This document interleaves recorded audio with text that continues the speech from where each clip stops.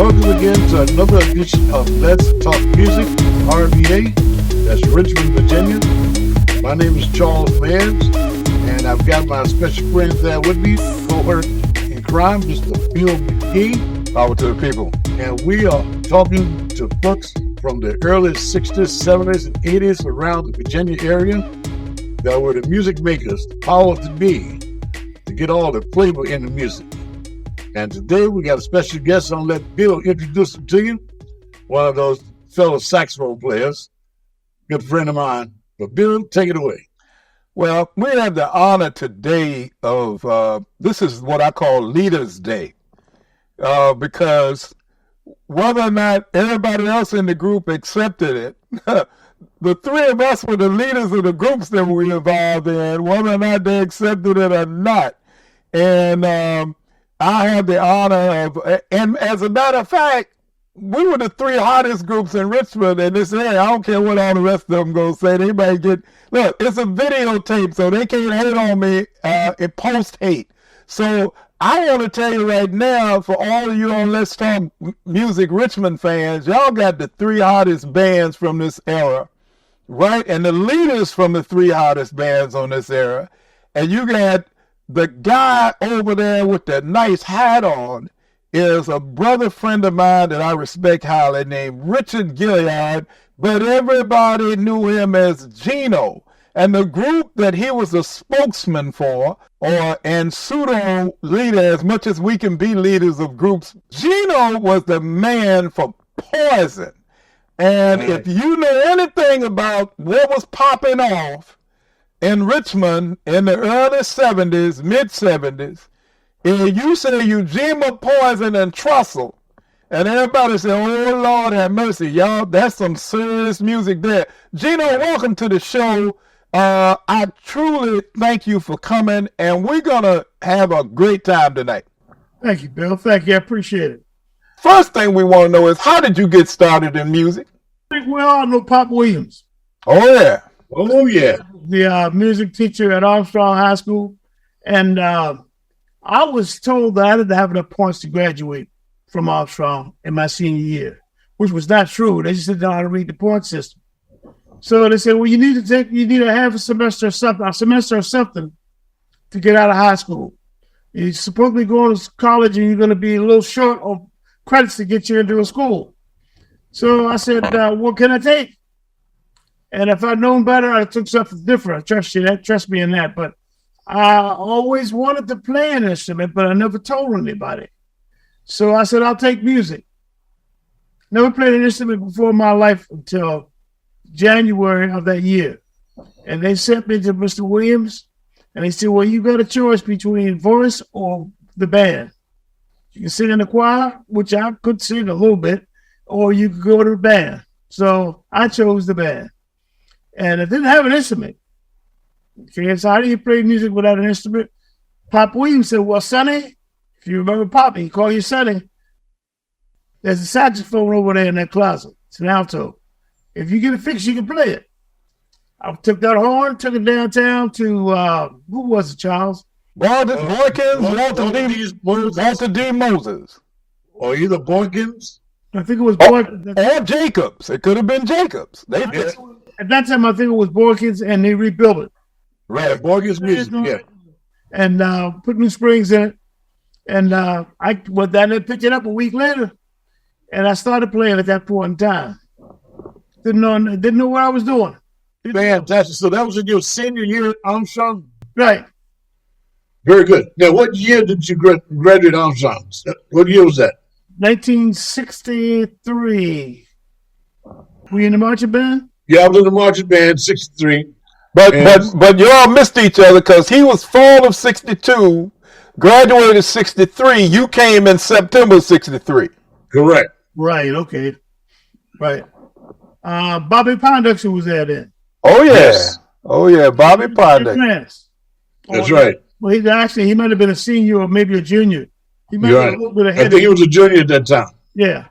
And of course, Carl Nails was gone already. Right. And I can't think of anybody else. A couple of guys you wouldn't know because they never pursued music to that point. That's late starting, man, and Tell me about it. I couldn't read a note, man. right. I couldn't even write it. But by the time you left Hip Hop Williams, you had the bug. Well, no, I could do something with it. I mean, you've been bitten by the music bug. You realize this is something I feel like I can do this. Well, what happened, and I don't remember exactly what drove me to, but we had some guys in my neighborhood out here in Chesterfield. I lived in Richmond, I went to school in Richmond. Had some guys I got hooked up with, a couple of brothers, Johnny and Raymond Shepardson. And another guy named Horace Loving. Good name. Good names. Yeah. Good names. I don't know if you remember where I ever worked with them, but Johnny played drums for a small while with it might have been with Zeke maybe for a while. I'm not sure who it was. Zeke and the Soul Centers. I don't know. Right. You know them, do you, Bill? Gino, here's the important part about this. What Charles and I had hoped to do with this program is what you're doing right now. We want names called of people who we don't want to be forgotten. Yeah. Who played an important role in the music of our era in this geographical area, but maybe have either gone on to glory or stopped playing, but they were instrumental in guys like you and I and Charles continuing on. Yeah, well, Charles, you remember the Fabulettes? Oh, yes. And you know who the bass player was? Who was that? Basie. Oh, yeah, Basie, right. Basie was the only guy in the Fabulettes. Yeah. I played with Basie. Basie played bass with us for a while with that group. All right. The Impalas. It was a group. Yeah, I remember the Impalas. So the Fabulettes were girls? Yeah, girls. The Impalas is the group I started with. Okay, but the Fabulettes were girls, you're saying? Yes. Wow, that's the first time anybody's called that name, Dino. That's why I'm glad you came in. Well, I remember the Fabulettes. You know the good guitar player. It's Geraldine. Geraldine, exactly. All right. The drummer was Trina Smith. You know her? Charles Smith's sister. Charles Smith's sister played trumpet, I think. It was your name, Diane Jones. Diane Jones played the trumpet. Yeah, so Harvey played saxophone. Right. Pearl played with them? Pearl Harvey played with the Fabulettes. Wow. And okay, no, I had completely forgotten about that. But I remember Diane, because she lived about 2 blocks from me, and her brother, I was in school, her brother, Larry Jones. Yeah, little short girl. She could play. Right. She played very well. She played trumpet very well. Right, and the other girl was Trina Smith. You don't remember her? Trina Smith, yes. She was on the radio. She's a disc jockey. Well, that's what I was going to tell you. Her brother, Charles Smith, was a hell of a flutist that graduated from Armstrong. Charles, he ended up being a band director. And he came to Virginia State, but that's Trina's younger brother. Okay, I didn't know that. Yeah, Charles Smith. And he was mostly classical player. Right. Okay, he's a classical player, but he ended up being a band director, and we knew him at Virginia State. Excellent musician, but nobody ever told me Trina had played drums in a band. Played drums, yes. Yeah, she was on RVA before. She was the only color that the RVA had during the 70s. Yes, doing well. Yeah, wonderful. Wonderful. All right, but then we went back to that group was the Impalas. And we had a guy named Ronnie Skipples that started playing keyboard with us. You familiar with him, Charles? Not familiar with that name. Ronnie Skipper. His 2 boys are playing a little bit now. I don't know whether they're going with different groups, but they're playing a little bit. He had 2 sons. And he's still around. He's still with us. But he played keyboard. Played with a lot of the bands before that. I think he better play with Jack for a while. You know who Jack is, right? Who's Jack? A little Walter. Oh, well, yeah, okay, yeah. That's what they call Little Walter, Jack? That was one of his nicknames, Jack. Wow. Did you ever play with him? No, I never played with him. I know a lot of guys that played with him. Oh, right. So after the Impalas, who did you play with? They started breaking up because some of those guys were a little better than I was, and they got an opportunity to go other way places. What's the boy's name? The singer, Horace Loving, he went to play. He was singing with what's his name? Mike Harris. Mike Harris and Imperials. Mike Harris for a while. Right. Same with Mike Harris. Then he went into service. And then I went with a white group. It was called the Smash Machine. I don't know if you remember that, Charles. You remember that? I don't remember Smash Machines. No, I don't. Me, A.D. Smith. A.D. Smith. Oh, yeah. Wait a minute. Yeah. Now you jogging the memory. Right? Yeah. I remember that. And what's his name? The other black person was PJ. PJ. Me, PJ, and Adolphus or AD was the black guys in this predominantly white, but we were one of the few groups that had in town that had more than one black player in them. Most of the groups in town had one black, white groups had one black guy that fronted. He was the lead singer. Right. But we had musicians on stage. Wow. And so this was in the mid-60s, late 60s? It's mid-60s. Right. Then after that, we were on the military service for a long time. Yeah, that was groundbreaking though. That was groundbreaking. Gave you a lot of time to build your chops. Yeah, but they came up. My best teacher was John Coltrane. Never been a man in my life. Yeah. I listened to him a lot. And so you played alto mostly, or just when you switched to tenor?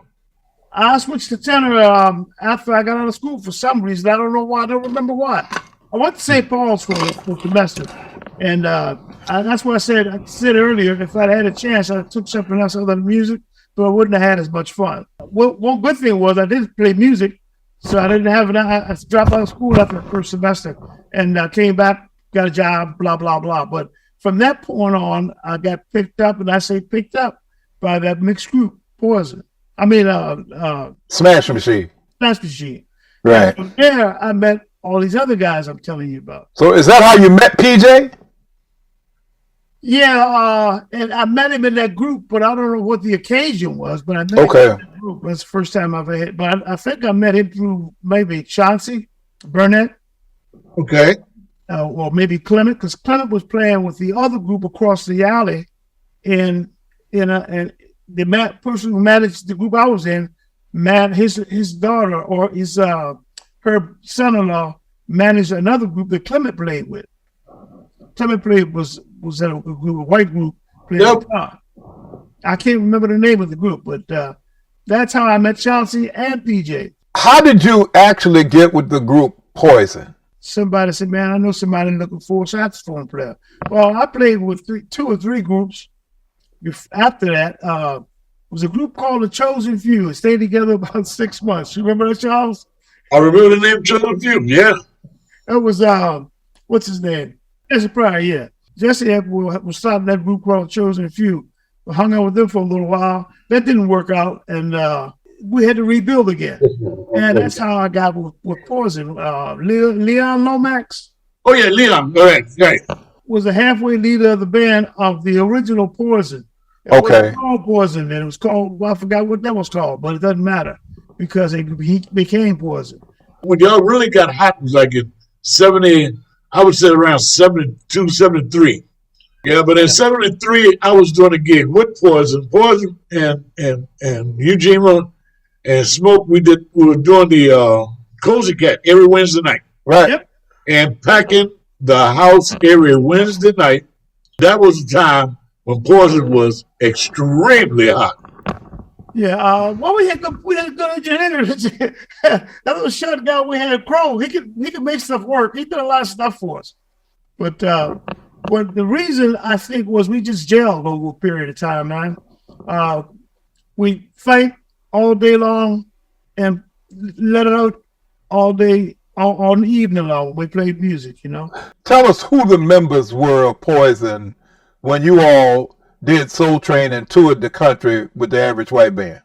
On the keyboard, you had Herbert Allen Dabney III, better known as Debo. Herbert Allen Dabney. Nobody is called Debo's whole name. Everybody talking about Debo, but only a person like yourself would call his whole name out. His whole name. There's a story behind that too, but I'm not going to go into it now.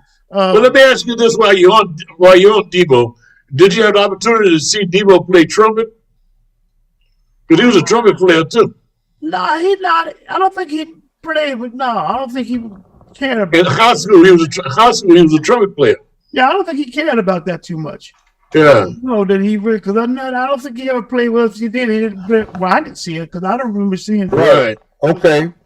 So after Herbert Allen Dabney the third, we had on drums. We had Reggie Black Smith. Yes, sir. Firecracker.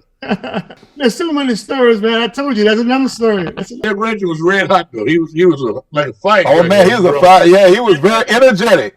And then when I'm going to say this, I probably get cussed out, and I really don't care. But I think the best bass player anybody could ever have that could do more than one thing was Melvin Watson. That was the Man, look, singest brother I ever met in my life. look, let me explain something to you. Ain't nobody who knows anything about Melvin Watson gonna cuss you out when you make that claim. Because awesome. Because when you're talking about clean and singing bass player, yes, it's hard to beat that boy. Well, I get chills when I think about it. Tell you, I love Melvin Watson to death. That he was real close to my heart. And a big teddy bear too. That's the other thing about him. Yes. Very lovable person. I like Melvin. He had that Doobie Brothers sound on vocal though. Yeah, he can knock it down. He can do it. He was McDonald's sound. He definitely had that. Okay. Then on guitar, you had Charles Morris. Charles Morris, one of the legendary Morris brothers. I worked with John for quite a while. I never met all of them, but I know of all of them. You had never met John. Okay, well that explains why you think Geraldine's is so sweet. After Charles Morris, who else was in that group? We come around to Tony Jones. Tony Jones, right? Ginga. Yeah. Ginga. Yeah, Ojinga. We call him all kinds of names. Old band never anything. Ojiki. Yeah. Talking about Tony Joyner. You said drummer, guitar, Charles, and keyboards, and who else was? Who were the singers? Singers were, of course, all of us. Yes. All of us sang, with the exception of Debo and Reggie. Yes. Everybody else on stage sang. Yes. There was no more backup. Marshall Smith. Yes. And Janet. At that time, she was Janet Cook. Janet Cook. Yeah, that's what she was then. Cookie. Where's Janet nowadays? DC area. Pretty much it. Of course, me and Peyton. Me and PJ. Well, Peyton. What's Peyton's last name? Johnson. Peyton Johnson. PJ. Yeah, PJ. Yeah, I just want those names to be called out, man. So, because, Gino, what we're doing here, we want it to last long after all of us are gone.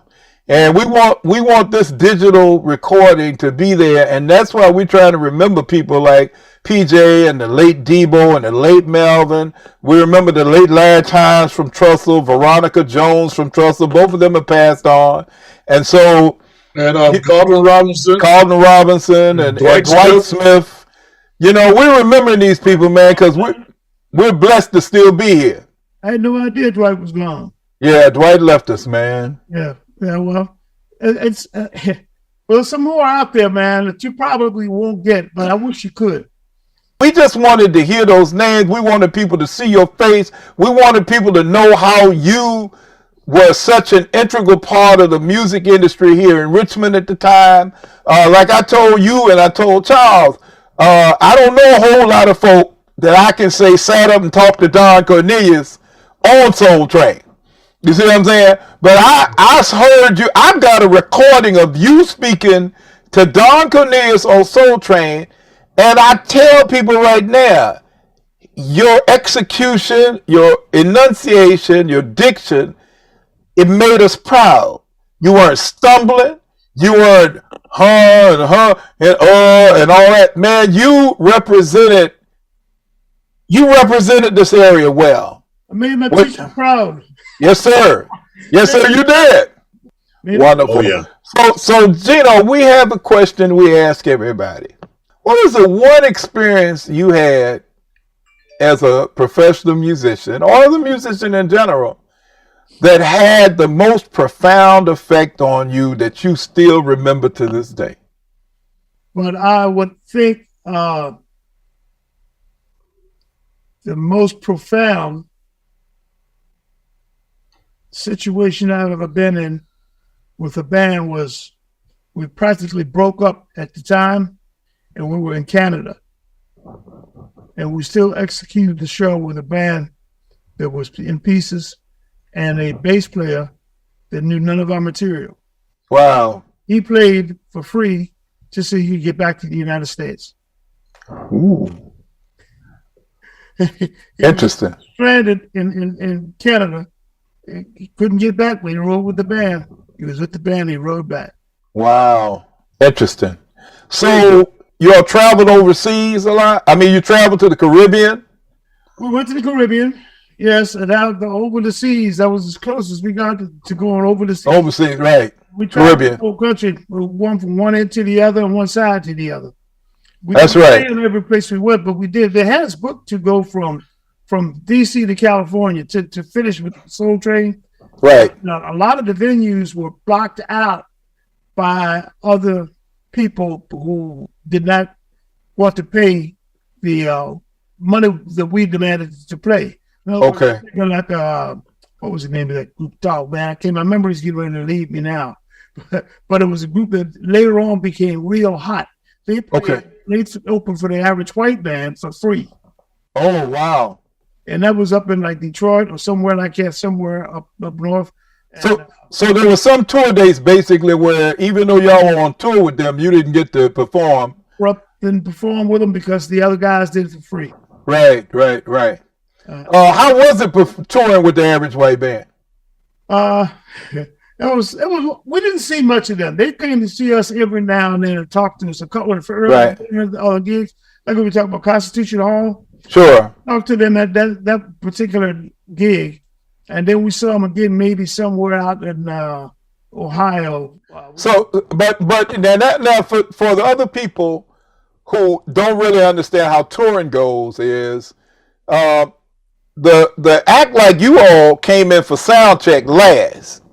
They do sound check and the headliner gets to do a sound check first and gets the longest sound check. And then one of the opening acts gets the sound check last because you're going on first. And so it's a reverse order. But what happens is after you performed, you basically went back to the hotel, right? Or either hit the road. Pretty much. On the tour, we went back to the hotel. Right. And then get up the next morning to go to the next town. Right. So it was many a dates where y'all didn't even see the Average White Band, even though you were touring with them. Well, most of the time we didn't see them. Yeah. Well, guess what? There was a 10-gig tour, and we saw them twice. Now you do. Well, guess what? When we toured with Parliament, that wasn't the case. Because we was hanging back. Yeah, you know, when you on a P-Funk tour, you got to hang out and get a little of this in at night. Well, you know. Can you think now? Huh? Is your mind working on? Yeah, it still works. It still works. With those guys, I don't know. We opened for them one night, and that was up in Richmond. Okay. We opened for them in Richmond. Okay. I caught the devil getting my boys out of the dressing room. I know you did. I know you did. I couldn't get out of there. I had to get him out of there, though. And Gino, you have any closing things, comments that you want to say, or anything you want to share with people, man? Because you are, to be honest with you, like I tried to tell you before, you're a very important part of the history that Charles and I have tried to. I told you the story because you knew Called Nails.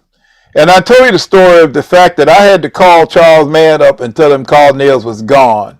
And he and Carlton had been planning to do what we're doing now and to document this information. And I'll be honest with you, Charles was really set back to find out that he had talked to Carlton 1 week earlier and now Carlton was gone.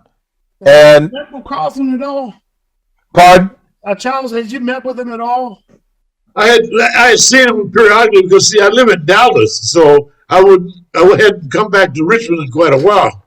Okay. But I would talk to Carlton, every couple of months or so. We'd be speaking again. That conversation took place between myself and Joe Carter about when was I going to get around to doing something like this. Carlton and I would speak about different names of folks that I should contact when I ever got to get around to making this documentary.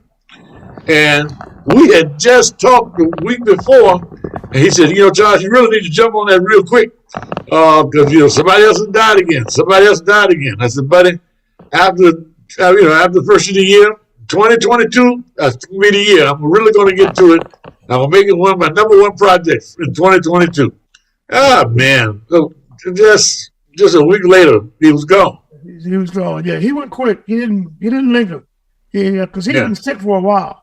That's the idea, is to try to do this kind of program where I can catch up and find out who's still kicking and let me recognize some of these folks that have moved on because they were very important. So, Gino, we have to wrap this. Thank you very much for coming on Let's Talk Music Richmond. I hope you enjoyed it. As I told you before, most of the people that do it realize afterwards, they say, reflecting on some of the times and some of the people, like you mentioned Basie, we mentioned Melvin Wawa. Lil Walter. We talk about Melvin Wawa Watson. You mentioned the Morris family. You mentioned, A.D. Smith, who is related to Lonnie Liston and Ray Smith, and with Donald Smith, that whole Smith family, the Morris family. You mentioned a whole lot of people that we want to, even if we don't get a chance. He also mentioned Pop Williams. Maurice Williams, that's right. Yes. Shouts go out to Pop Williams. Maurice Williams, that's, he was my instructor as well. Well, thank you very much, Gino, Richard Gilliard, for coming on. And if anybody wants to know or see him when he was a little bit younger, we advise you to Google Poison. Let Me Lay My Funk on You, Soul Train with Don Cornelius. We're proud of this group, Poison, Billboard charted top 20 record, one of the best groups that ever came out of Richmond, Virginia, and one of the bands that heated up the stage. Every time we went on stage, we had to think about Poison. Those guys have made it so hot. We better do something. That's a while ago, but fantastic. I really appreciate that. Thank you all very much. God bless you, Good seeing you, my brother. All right, take care, Charles. You take care. Bye now.